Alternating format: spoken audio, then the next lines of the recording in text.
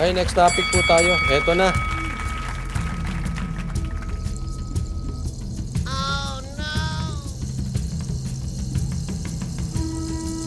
Social media. Edited daw ito. Ayan, eto yon. Edited yung picture ng nanalo sa loto. Nako. Saglit ha. Pakinggan natin. Yes, Your Honor. Edited. Bakit kailangan i-edit? We have to protect the identity of the winner. Meron po nagreklamo sa amin one time, we covered the face, yung damit naman po ay nakilala. So, nagreklamo siya, sana naman daw po, wag ipakita naman po yung damit. So, yan po ang reason niyan, and I agree, it's a very poor editing, pero the objective is to conceal the clothing na ma-identify sa kanya. So, ibig sabihin, so inamin nyo, inedit to, pinalitan yung clothing. Opo. Eto yan ha. Okay. Edited yung picture. Ha? Kasi nung nanalo nitong sa loto at nahuli. Alam naman natin ang mga netizens, nahuhuli kung edited eh. Edited daw. Okay? Ngayon, syempre kinu-question bakit edited. Ang sabi, to protect. Alam nyo, dito ako nagtataka. Ipapakita ko sa inyo. Merong sinabi, ang ganda ng take po dito ni Jason sa. Tingnan nyo po ah. I agree with him eh.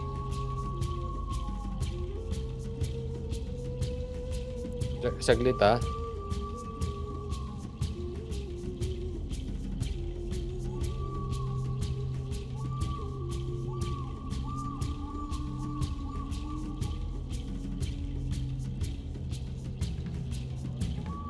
Sabi niya dito, anong nangyari sa patakarang itago ang pagkakilanlang ng jackpot winner? In the first place, hindi nila dapat kinukunan ng litrato o video ang jackpot winner. Kaya nga eh. Absolute secrecy ang nakalagay sa kanilang panununtunan sa nagwagi ng Lotto jackpot. Paano pa magiging secret kung kinunan ng litrato, mas lalo na ang video? May punto po si Jason sa. Yan, nahuling edited. Ang nakakapagtaka, alam nila na hindi dapat ilabas, bakit sila naglabas ng litrato? Nakukuha nyo po. Eh, hindi sila dapat naglalabas ng litrato. Again, I agree dun sa take ni Jason sa. Hindi naman nila kailangan maglabas. So, ang ginawa nila, naglabas sila ng litrato, pero edited. Ngayon, pumutok yung balita. Kini-question. Ang pangit ng pagkaka-edit, huli. So, ibig sabihin, may anomalya. Ngayon, ang tanong, bakit?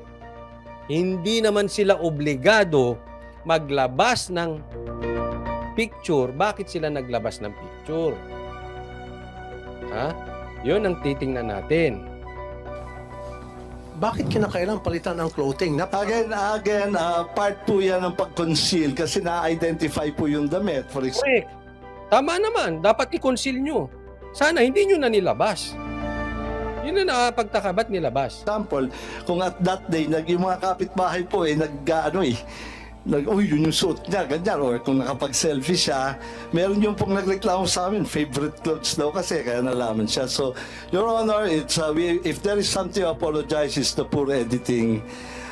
But Sir, hindi lang po yung poor editing, hindi dapat naglalabas ng picture. Sabi dito ni Jesus, bawal sana sa media. Oh. Tama si Jesus Jasmine. Bawal sana ang media kung may magkiklaim, bawal ang video o magpicture. Dapat talaga. I think it has served its purpose of concealing the identity, Your Honor. So, at least inamin nyo, ayan, marami kasi mga nagtatanong, nagsabi, purang pagka-edit. We're So, sorry, inamin nyo, edited ito. we're not very good at editing the clothes. Pero yung tao hindi edited. Hindi po, totoo po. Yung tao hindi edited. Yung damit lang ang edited. Siguro pati yung buhok edited. Okay?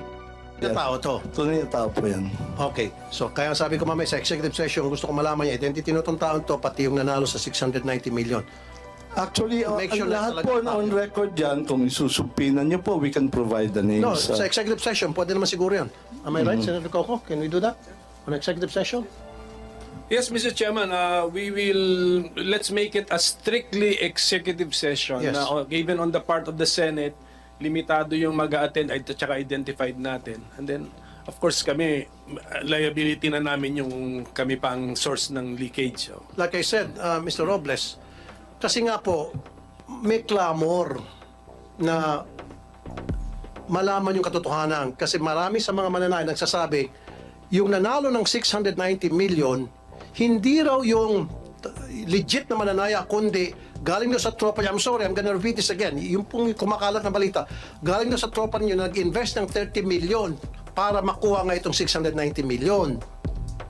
Para maalis na po yung haka-haka na yan, gusto po namin makita kung talagang totoong tao yon. And then gagawa nga ako ng cross-checking. Sinabi ko na kanina, I'm gonna use the NBI, the ICT, if I have to hire a private detective para magkaroon ng cross-checking kung yun ba ay related sa inyo. Hindi, pag lumitaw Yan po magkakaroon sila ng cross-checking. Ang sabi naman ni Robles, willing sila isabihin kung sino yung mga nanalo, isabpina lang sila. Para ibig sabihin, kasi responsibilidad nilang protektahan yung nanalo. Hindi nila pwedeng sabihin dahil bawal yun.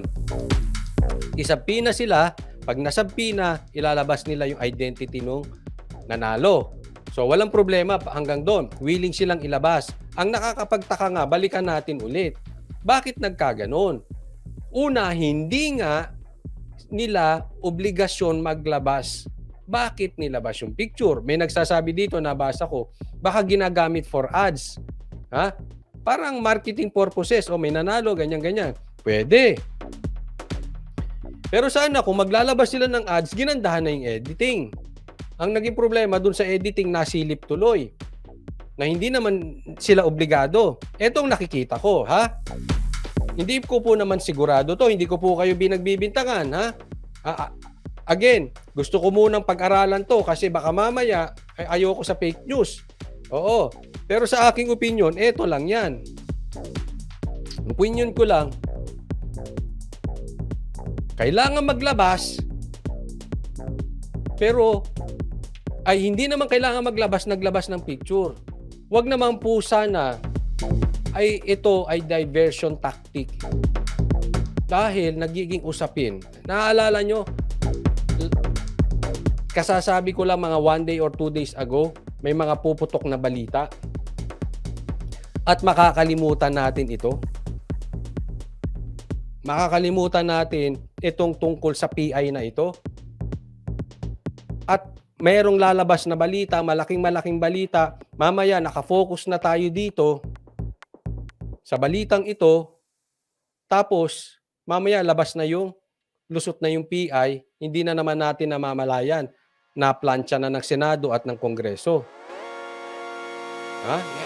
Again, kaya nga opinion ko lang yan, hindi ko po kayo pinagbibintangan. Pero yan po ang sumayad sa isip ko.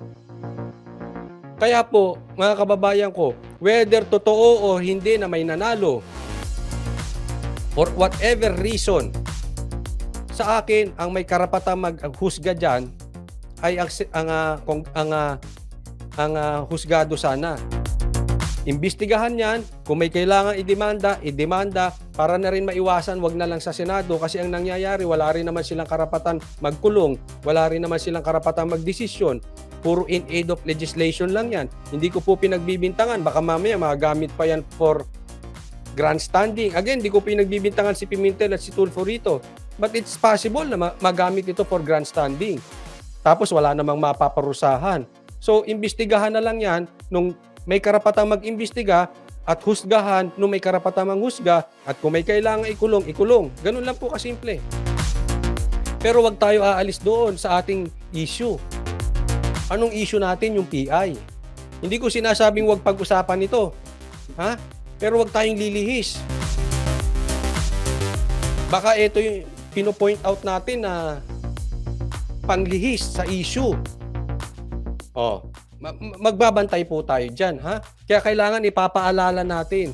Ituloy nyo po ang sigaw. Kasi, naayaw natin dito sa Chacha. Ayaw natin dyan sa People's Initiative na ginagawa ng mga politiko. Huwag tayong magpapaligaw. Okay? Kasi baka mamaya, ang issue dyan sa PI na yan, tinatry nila. Tingnan nyo mabuti ha, sinusubukan lang nila. Pag nag-alsa at nagreklamo ang taong bayan, hindi nila itutuloy yung tsa-tsa. Pero, kung hindi, walang masyadong reklamo patungkol dyan sa tsa-tsa na yan, itutuloy nila. Sa makatwid, posibleng testing lang yan. Tinitest. Marami bang magrereklamo or hindi? Pag nagreklamo, pull out, tigil. Pero, try natin. Kung lulusot, lulusot. Naintindihan?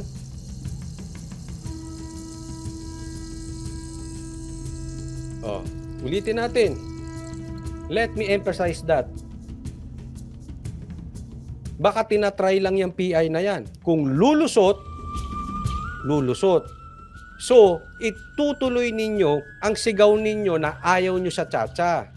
For now, ha? Hindi ko sinasabing pangit yan. For now, habang sila ang nakaupo. Isisigaw ninyo na ayaw nyo dyan sa ginagawang pirma na yan. Ipatigil ninyo, patuloy nyo isigaw sa social media, itigil yung PI na yan. Hindi ko sinasabing wag imbestigahan to. Dapat nga, imbestigahan ito sa PCSO. Ng mga totoong investigador na pwedeng magkulong. Pwedeng magsampa ng kaso. Ulitin ko, hindi ako nagbibintang, pero sana hindi ito magamit pang grandstanding. Tapos, katapos-tapusan, wala namang nasolusyonan. Wala namang nahatulan. Tuloy pa rin ang gawain. Anong nangyari?